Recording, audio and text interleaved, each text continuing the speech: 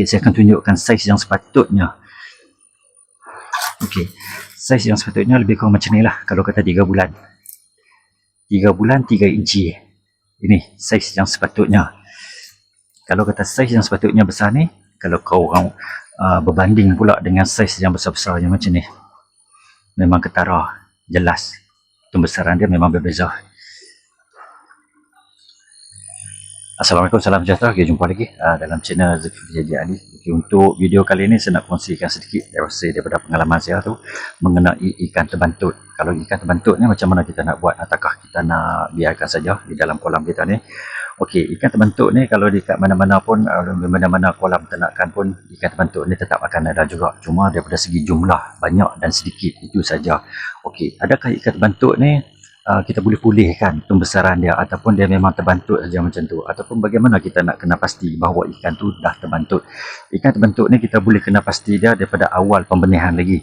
Macam saya sendiri pun saya buat untuk jualan anak-anak benih ni, dan anak benih yang baru menetas ni saya akan masukkan di dalam kolam ni. Kita dah dapat kesan dah ikan-ikan yang terbentuk ni di awal usia umur 1 bulan. Jadi dalam tempoh 3 bulan tu kita dapat kena pastilah yang mana yang terbentuk, yang mana pembesaran dia agak luar biasa, dan agak pembesaran dia juga ada yang seperti normal lah pembesaran dia ni. Jadi kalau ikan yang terbentuk ni, kalau kita tengok dalam kolam saya ni pun masih ada lagi ikan-ikan yang terbentuk ni. Sebenarnya kalau kolam saya ni yang kecil yang macam ni untuk dibuat jualan untuk anak-anak benih ikan tilapia ni, sebenarnya ikan terbentuk ni tetap juga ada dalam kolam saya ni. Jadi macam mana saya buat? Ikan-ikan yang terbentuk ni sebenarnya saya tidak jual kepada orang. Jadi kalau kata kita jual dekat customer saya ni, jadi masalah juga. Pembesaran ni ikan hanya kecil saja, jadi merugikan benda tu. Bukan merugikan, saya tidak rugikan apa-apa, tapi masalahnya kita tak mau customer kita ada customer komplain, kita tak mau. Mungkin bagi customer saya ni mungkin ada juga yang baru nak belajar tapi dah ada masalah yang macam tu, jadi kita tak maulah kurang memuaskan macam tu. Jadi kalau kata korang tengok kolam polisterin saya yang hujung tu, ada saya standby, saya buat yang tu adalah kolam untuk saya pulihkan ikan-ikan yang agak terbentuk ni, saya akan masukkan dalam tu. Jadi sekarang ni dalam kolam ni adalah puncanya, ada juga ikan yang terbentuk ni adalah daripada campuran ikan-ikan yang saya buat jualan tu, daripada kolam sana kolam sini, dan akhirnya mungkin tinggal hanya dalam beberapa ekor saja, saya akan campurkan sekali kesemuanya saiz tu. Dan di antara banyak-banyak ni saya akan dapat kena pastilah yang mana dah terbantut, yang mana pembesaran dia agak stabil. Jadi kalau kata yang terbentuk ni saya akan asingkan, saya akan masukkan dalam bekas yang saya cakap tadi tu. Okey, itu kalau kita masuk dalam bekas yang asing tu, jadi pembesaran dia agak stabil dan kita boleh pulihkan pembesaran dia tu. Jadi bagaimana kita nak buat? Sebenarnya kita boleh buat daripada grade size, daripada awal permulaan untuk buat pembenihan ni. Kalau kata ada kolam yang lebih banyak tu, kita boleh buat grade size. Jadi pembesaran grade size ni sebenarnya lebih stabil. Yang besar kita asingkan, yang kecil kita asingkan di dalam satu bekas. Jadi cara tu lebih menstabilkan pembesaran ikan ni daripada pemakanan ikan yang kita beri tu. Ada juga ikan-ikan yang terbentuk ni adalah disebabkan daripada kadar pemakanan yang agak kurang, ataupun ada sedikit alah lah daripada ikan-ikan yang agak agresif yang besar di dalam setiap kolam kita tu. Okey, macam kolam saya ni pun ada juga, banyak juga yang macam tu saya akan asingkan. Kalau tengok tu, kalau ikut daripada pembesaran dia yang normal adalah 1 bulan 1 inci, 2 bulan 2 inci, 3 bulan 3 inci. Kita dah dapat kena pasti dah. Daripada bulan pertama lagi tu, daripada awal pembenihan tu, kita dah nampak dah pembesaran dia agak terbentuk sedikit. Itu kita kena beri perhatian yang lebih sedikit. Kalau kata dia pada awal yang umur 1 bulan yang macam tu, 2 bulan, bawah daripada 3 bulan, kita boleh asingkan, kita mampu menyelamatkan ikan ni daripada terbentuk yang agak teruk lah.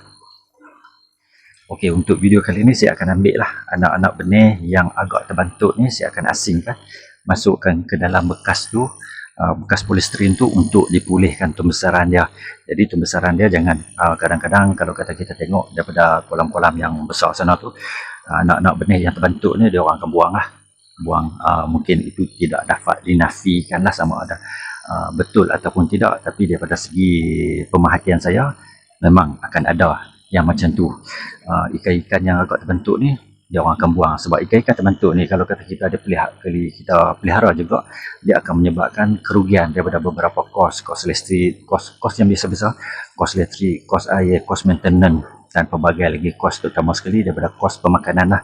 Kita hanya bela ikan yang kurang berkualiti, ibarat dia macam tu. Jadi kalau kata ikan yang besar ni kualiti dia akan cepat membesar, kita lebih menguntungkan. Jadi ikan-ikan yang macam saya ni, ikan-ikan yang terbentuk ni, saya akan asingkan masuk ke dalam tu. Okey, jom tengok aktiviti saya untuk pagi ni. Okey, untuk macam biasa kalau kita nak buang air dalam kok semen ni, saya akan gunakan satu penapis yang jarang ni lah di sebelah sana. Kalau kata mungkin ada juga anak-anak benih, tapi tak mungkin lah sebab jadi untuk faktor keselamatan jugalah daripada membiarkan anak-anak benih ni terlepas pula ke dalam parit ni. Jadi saya akan buat satu penahan ni. Jadi sekarang ni saya akan buang air dalam ni dan saya akan kutip anak-anak benih yang terbentuk tu dalam satu bekas dan saya akan masukkan ke dalam polistiren tu untuk dipulihkan.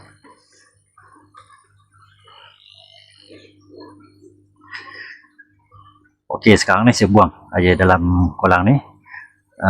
Jadi air peratus air yang saya akan buang ni kira mungkin tak akan serapatnya mungkin lah selagi mana saya akan ambil anak-anak benih yang terbentuk tu.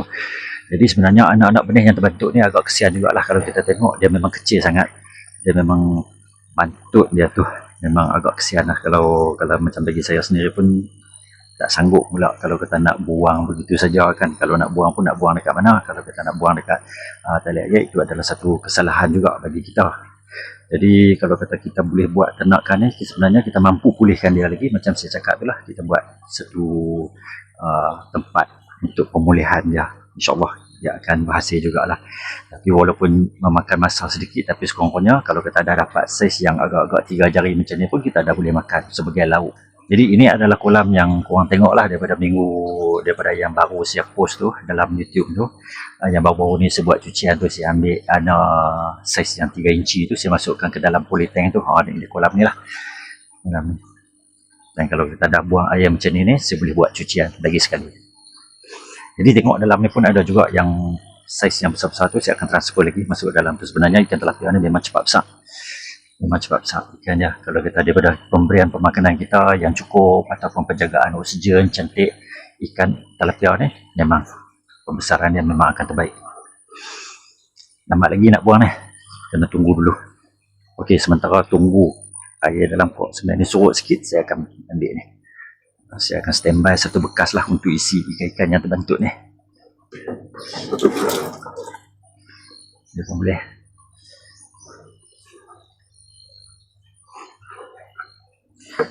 Okey, saya boleh tunjuk contoh juga sementara nak menunggu air ni buang habis, saya akan tunjuk contoh.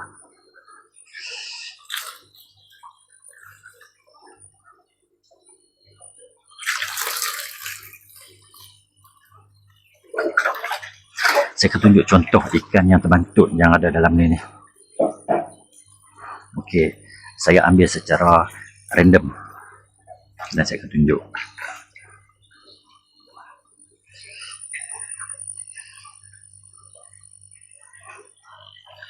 Kalau tengok dalam ni, sebenarnya dalam kok semen ni lebih daripada 3 bulan dah. Dan masih ada lagi anak ikan yang kecil tu. Nampak yang saiz macam ni. Sepatutnya saiz dia memang agak besar lah, yang macam tu, yang besar-besar tu. Okey, itu adalah saiz yang standard lah. Dah hampir 3 inci. Dah lebih dari 3 inci pada ini, agak yang lebih sikit, yang 3 inci tu saya masukkan dalam polytank tu. Dan korang tengok. Dan masih ada lagi yang hampir yang masih belum mencapai 2 inci. Jadi maksudnya benda saiz-saiz yang macam ni agak terbentuk lah. Kalau korang nampak dia terbentuk. Saiz dia kecil saja. Okey, yang saiz-saiz yang macam ni lah saya akan ambil untuk saya asingkan masuk ke dalam polistiren tu untuk dibuat pengasingan. Okey, yang ni saya dah ambil dah. Okey, saya akan tunjuk lagi sekali. Kalau mungkin korang boleh nampak lah. Saya ambilkan air yang jenis sedikit. Okey, nampak. Ini adalah saiz yang terbentuk. Belum mencapai 2 inci. Padahal dalam kok ni dah lebih daripada 3 bulan dah. Jadi agak saya boleh asingkan.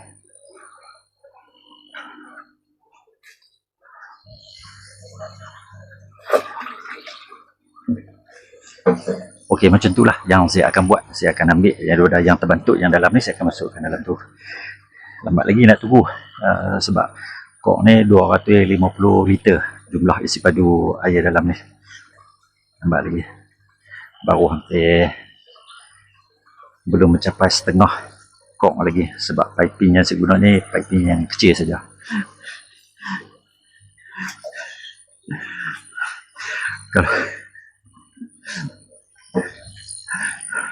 Kalau korang nak tahu ikan apa ni, sebenarnya ikan cuci cermin ni ataupun ikan baji ataupun ikan bandaraya ni saya masih letak ke dalam ni. Dah hampir berapa tahun dah saya bela ikan bandaraya ni. Tengok saiz dia, punya besar. Jadi saya akan letak dalam ni bersama dengan anak-anak benih ikan tilapia ni. Sebenarnya dia tak mengganggu anak-anak benih ikan tilapia ni, tapi boleh juga nak buang. Sayang kalau kata saya nak buang ke dalam parit-parit liar dekat kawasan dekat rumah saya ni pun menjadi satu kesalahan lah.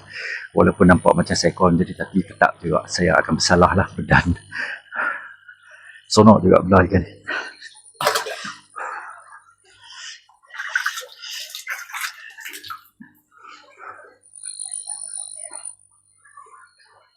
Okey, air dalam ni lebih kurang satu jengkal saja lagi yang saya tinggal dalam ni. Mungkin saya akan buang lagi sedikit bagi memudahkan saya ambil, sebab air dalam ni nampak macam cross sikit. Tapi kalau kita tengok macam ni pun dah nampak dah ikan-ikan yang terbentuk tu. Kalau kita korang boleh tengok, kalau korang nampak kan, nampak ada juga yang terbentuk tu. Jadi proses dia macam ni lah. Okey, yang terbentuk ni saya akan asingkan, dan sehingga berapa lama tu okey nanti saya akan ceritakan selepas saya masukkan dalam tu. Mungkin saya akan guna bekas yang macam ni lah. Senang sikit, saya boleh tunjuk dekat korang lah, boleh nampak sedikit. Saya akan ambil tudung dia sikit.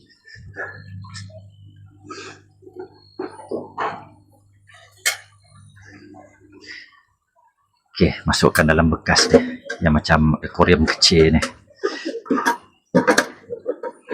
Senang untuk lihat ikan yang terbentuk ni.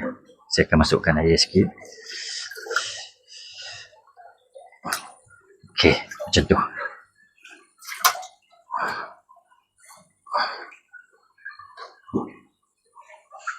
Ini saya akan buang lagi sedikit, mungkin sikit saja lagi saya akan buang.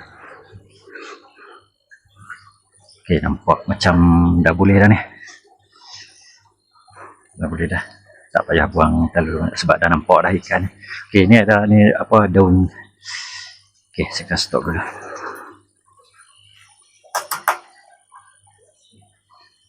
Tersumbat daripada pucuk-pucuk Ajinomoto tu.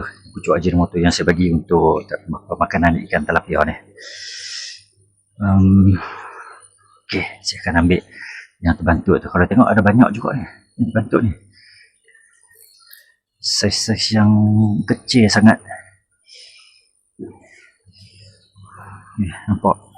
Ini saiz yang baru 1 inci lebih. Maksudnya pembesaran dia, kalau kata dalam kok semen ni, purata dah lebih daripada 3 bulan. Tapi saiz dia macam ni. Kecil sangat. Hampir separuh daripada pembesaran dia yang sebenar. Jadi saya akan buat pengasingan.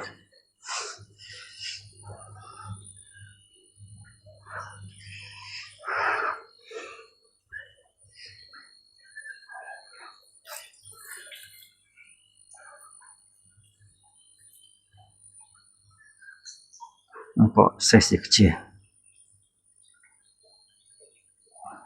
Ini besar juga.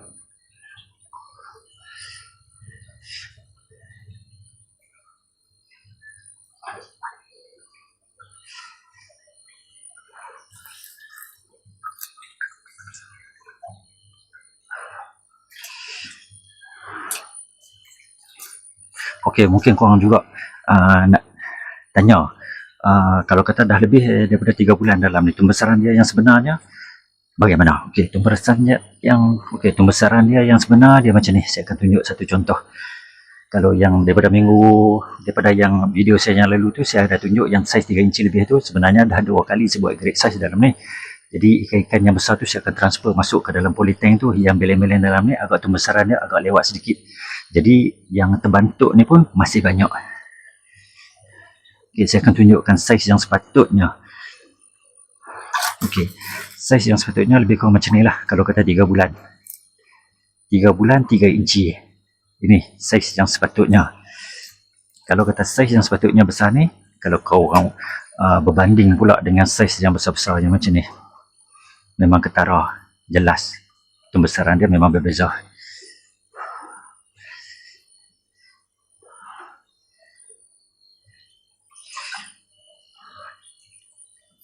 Memang berbeza sangat.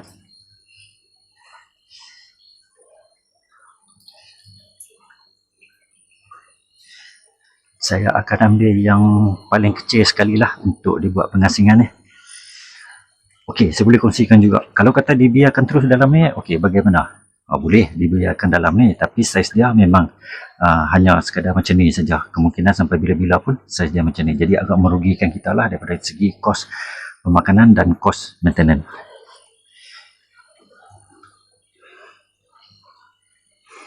Mungkin ada lagi. Saya akan ambil yang lain-lain, boleh juga pembesaran dia agak okey juga, boleh dibuat jualan lagi. Kalau yang macam terbantut ni, saya akan cari dulu.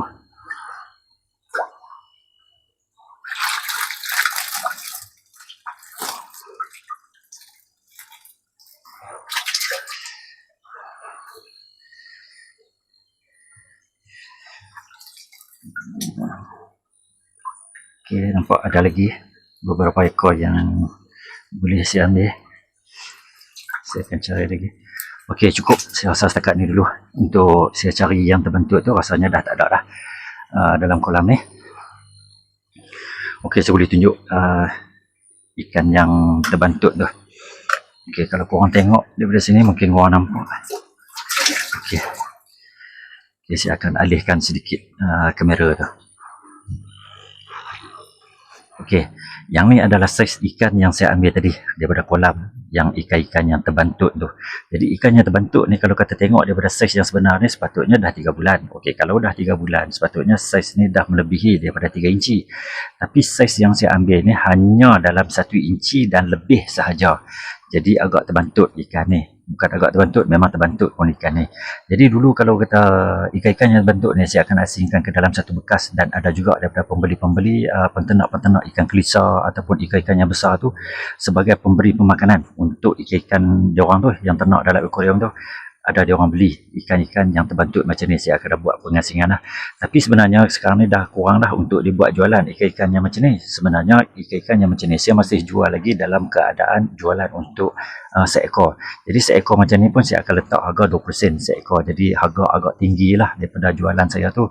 Dan kebanyakan daripada pembeli-pembeli ikan ni dah mula beralih kepada ikan yang anak seluang tu.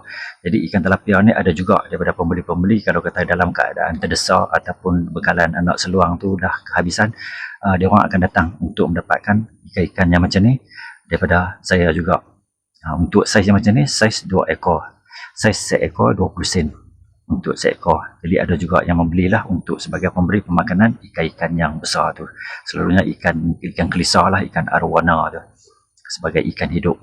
Okey, sekarang ni proses dia saya akan buat, saya akan masukkan ke dalam polystyrene tu untuk dibuat pemulihan ikan-ikan ni. Okey, sebelum tu untuk kok ni saya akan masukkan air balik. Saya akan pindahkan ikan ni ke sini dulu. Okey, saya akan masukkan ikan. Saya masukkan air dalam kok ni dulu. Jadi pucuk-pucuk ajinomoto ni saya akan letakkan balik. Dia boleh makan lagi ni, walaupun dah tinggal sikit-sikit ni pucuk daun-daun ni, ranting-ranting daripada daun ni, urat-urat daun ni dia akan makan juga tilapia ni. Dan saya akan biarkan lah.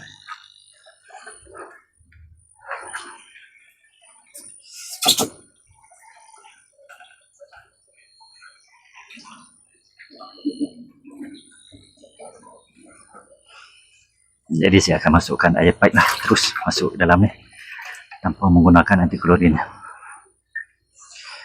Okey, untuk dalam kok ni kalau kata tengok saiz, okey, saiz ni untuk dibuat jualan lah. Saiz untuk dibuat jualan. Saiz macam ni lah. Saiz yang besar-besar. Okey. Yang ni berharga 50 sen dan saiz macam ni berharga 40 sen. Nampak saiz ni memang sesuai untuk ternakan ikan tilapia. Jadi kalau korang tengok, korang boleh masuk dalam Facebook saya, Tilapia Mini Farm, untuk mendapatkan anak benih yang dekat kolam ternakan saya sini. Kalau kita untuk daripada pembeli-pembeli daripada anak-anak benih ikan tilapia ni adalah daripada pembeli-pembeli yang baru sebenarnya, yang ada repeat ada untuk buat pembelian ni. Selalunya dia orang mencuba-cuba dulu dalam ternakan ikan tilapia ni sebagai hobi ataupun sebagai untuk permulaan berjinak-jinak dalam ternakan ikan air tawar ni. Sementara menunggu air ni penuh, jom saya nak lepaskan ikan-ikan yang terbantuk tu di dalam tempat pemulihan untuk pembesaran anak-anak benih. Jadi dulu sebelum polisterin tu duduk dekat situ, bekas ni yang duduk dulu, bekas bin ni sekarang ni saya buat untuk pembenihan anak-anak lobster, dan anak-anak benih lobster yang daripada menetas, yang daripada kolam induk ni saya akan angkat dan masukkan ke dalam ni. Jadi sekarang ni untuk pembenihan anak-anak benih lobster. Anak-anak benih lobster ni dalam ni memang banyak lah, tapi dulu ada sekali juga banyak juga yang mati akibat kena fogging lah. Okay, itu adalah kurang bernasib baik lah, nak buat macam tak ada rezeki kan. Okey, dulu bin ni memang duduk sana, sekarang ni saya ganti dengan polisterin tu. Okey, untuk yang dalam bekas polisterin ni, untuk sebagai tempat pemulihan untuk anak-anak benih ikan terbantuk ni, saya ada isi dengan hydrelia ni, dan juga ada siput lah, siput pipe orang panggil, kalau boleh siput sedut tu ada juga dalam ni. Yang ni ada tersangkut lah daripada saya ambil umpan-umpan air hydrelia ni, ada juga benih-benih yang termasuk dalam ni, jadi biarkanlah dulu dalam tu. Untuk sebagai pemakanan semula jadi ni, saya akan buat macam ni lah. Rumput-rumput umpan air hydrelia ni akan dimasukkan dalam ni, agak banyak juga, dan satu oksigen macam biasa juga. Okey, saya akan masukkan. Jadi okey, bismillahirrahmanirrahim. Okey, ini anak-anak benih ikan tilapia yang terbantut, masukkan dalam ni. Okey,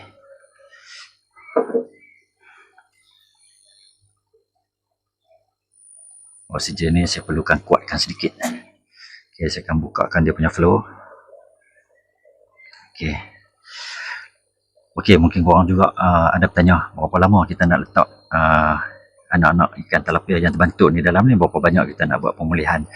Okey, jumlah jangka masa berapa lama tu bergantung kepada keadaan saiz ikan tu jugalah. Tapi kalau dah lama-lama ni, kita akan nampak pembesaran dia. Sebenarnya kalau kita tak buat pemindahan macam ni, ikan tu akan hanya stay yang macam tu juga. Kalau kata saiz dia 1 inci lah di dalam kok tu, sampai bila-bila, disebabkan ada persaingan lah dengan ikan-ikan yang lain tu. Jadi kalau kita buat pengasingan macam ni, agak lebih selamat. Jadi pembesaran ikan ni, kita akan nampak pembesaran dia akan mula membesar. Jadi sampai bila pun, okey, bila dah rasa macam boleh pindah ke kolam yang besar, ataupun buat lagi kolam yang besar, ataupun mana-mana kolam yang kita boleh buat asingan, kita boleh masukkan ke dalam yang kolam asing lah. Kita boleh buat macam tu, agak lebih mudah lah. Jadi ikan-ikan ni sebenarnya boleh terjaga juga dengan dibuang saja. Kalau buang dekat perairan dekat luar tu adalah menjadi satu kesalahan juga. Kita lebih kita buat pelihara macam ni. Ada juga sumber-sumber daripada pemakanan ikan-ikan yang kecil ni, boleh dapat dalam 3 jari. Itu dah kira dah betul dah tu. Boleh juga dibuat goreng-goreng. Sebenarnya ikan ni akan dibesarkan dalam ni, nampak. Ruang hanya yang kecil saja, tapi pemberian pemakanan daripada dedak dan juga rumput-rumput air hydrelia ni adalah daripada pemakanan semula jadi.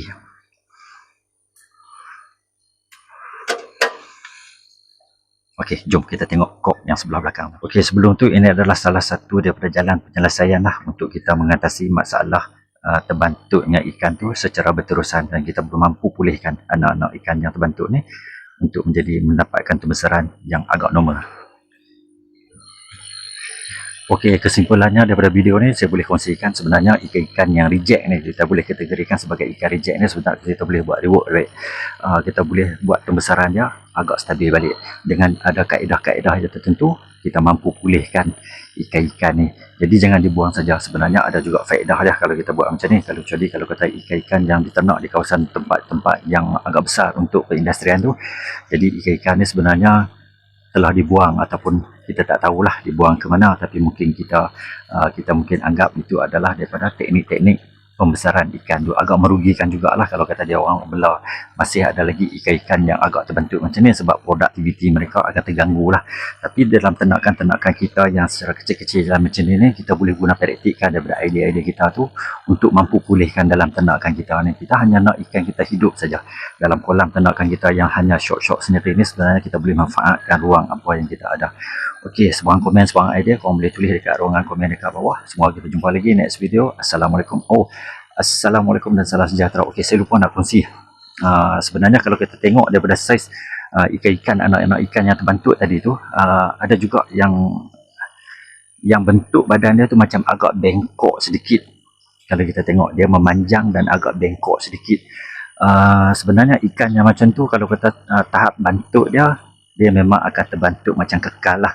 Kalau kita tengok, saya lupa nak tunjuk, minta maaf, mungkin saya boleh sharekan untuk video-video yang lain lah. Okey, badan dia panjang, dia akan bengkok sedikit. Okey, itu adalah saiz yang akan terbantuk. Mungkin akan terbantuk selama-lamanya. Jadi saiz-saiz yang macam tu sebenarnya kita boleh mungkin boleh difikirkan lah, sama ada buat jualan untuk yang macam saya kata tadi tu, orang akan mendatang membeli untuk memberi pemakanan ikan-ikan yang besar tu. Okey, kita jumpa lagi. Assalamualaikum, salam sejahtera.